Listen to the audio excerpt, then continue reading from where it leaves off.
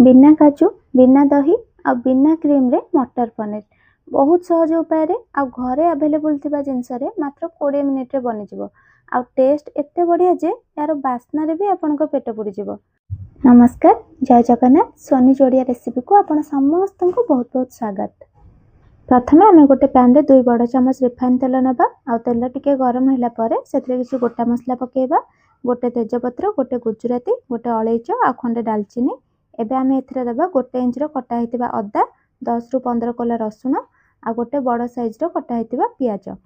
एबे ए सब को बेसी कड़ा करके भाजबार नाही, जस्ट खाली कंचा स्मेल जिबा पई हल्का फ्राई करबा। 2 रु 3 मिनिट टिके भाजी हे कि एटा सॉफ्ट होला परे एबे एथिरे आमे गोटे टमाटो काटिके पकेबा।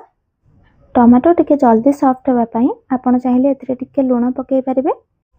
अलैच, गुजराती, तेजपत्र जो आम सब पकईले तार फ्लेवर ऑलरेडी मसला रे आसी गलानी। आपण चाहिले ग्राइंडिंग पूर्व से सब को बाहर कर परिबे। एबे मसला टिके ठंडा होला परे ताको भलसे ग्राइंडिंग करके गोटे जगह को काढी नबा। एबे हमें कढ़ाई रे 2 बड़ चमच तेल गरम करबा। आ सेथिरे देबा आधा चमच हल्दी पाउडर, लंका पाउडर, धनिया पाउडर आ टिके कलर आसीबा पई काश्मीरी लंका पाउडर। एबे ए सब को हमें तेल रे भलसे मिक्स कर दबा। किंतु गैस रो फ्लेम ए टाइम रे स्लो रखिबे, नले सब मसला पोड़ी जिबार चांस थाए। एबे हमें एथिरे दे देबा ग्राइंडिंग कर रखिबा मसला पेस्ट को। एठी मसला को कसिबा पई बेसी टाइम दरकार हबनी, काहेकि ना हमें मसला को आगरु फ्राई कर नैथिले। एबे एथिरे स्वाद अनुसार लूण देके भलसे मिक्स कर दबा। मसला को 3 रु 4 मिनिट कसिला परे कलर चेंज हे आसलानी। एबे हमें एथिरे मटर पकेबा आ 2टा कंचा लंका एमती काटिके पकेबा। मु एठी फ्रेश मटर यूज करछि, आपण चाहिले फ्रोजन यूज करि परिबे।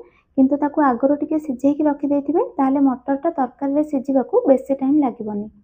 एबे एठी दउछि मु गोटे चमच करी पाउडर, आपण चाहिले गरम मसला दे परिबे। मसलाटा कसी आसलानी तो गरम पानी टिके देई मिक्स कर दबा। आपनको ग्रेवी जेमिति पसंद से हिसाब रे मसला रे पानी देबे। एबे हमें मसला रे दबा हमर मेन इंग्रेडिएंट पनीर। मु एठी पनीर को टिके हल्का भाजी देछि, आपण चाहिले पनीर सेमते कंचा भी पकेई परिबे। पनीर मसला रे टिके भलसे मिसि जिबा पई आमे याको 5 रु 6 मिनिट पई टिके कवर करके छाड़ देबा। मझिरे मझिरे याको टिके घांटी दउथिबे, नले एटा तळु लागि जिवो। एबे हमें मटर पनीर को फाइनल टच दबा। यार टेस्ट को आ टिके बढ़ेबाकू एथिरे पकेबा किछि कस्तूरी मेथी, ताको टिके हल्का भाजी नेबे पकेया पूर्वरु, ताले यार फ्लेवर आउरी बढ़िया आसीबो। एबे किछि धनिया पत्र पकेई दबा। कस्तूरी मेथी एथिरे निहाती पकेबे, काहेकि ना एटा मटर पनीर रो टेस्ट आ फ्लेवर को आहुरी बढ़ेई दबा।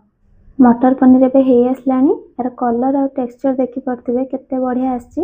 एबे हमें गैस ऑफ कर दबा। आसंतु सर्व करबा। आपण जेतेबेले एटा निजे बनेबे यार बास्ना रु आपण यार टेस्ट केते बढ़िया हेतिबो सेटा निहाती जानि परिबे। आ जदि मो वीडियो भल लागिथिबो ताल टिके लाइक कर देबे। मोर नेक्स्ट वीडियो रे आपण कोन रेसिपी देखिबा को चाहउछंती जदि मते कमेंट रे जानिबे, मु निहाती सेटा ट्राई करबी। एबे पई रहिली, देखाबा नेक्स्ट वीडियो रे। जय जगन्नाथ।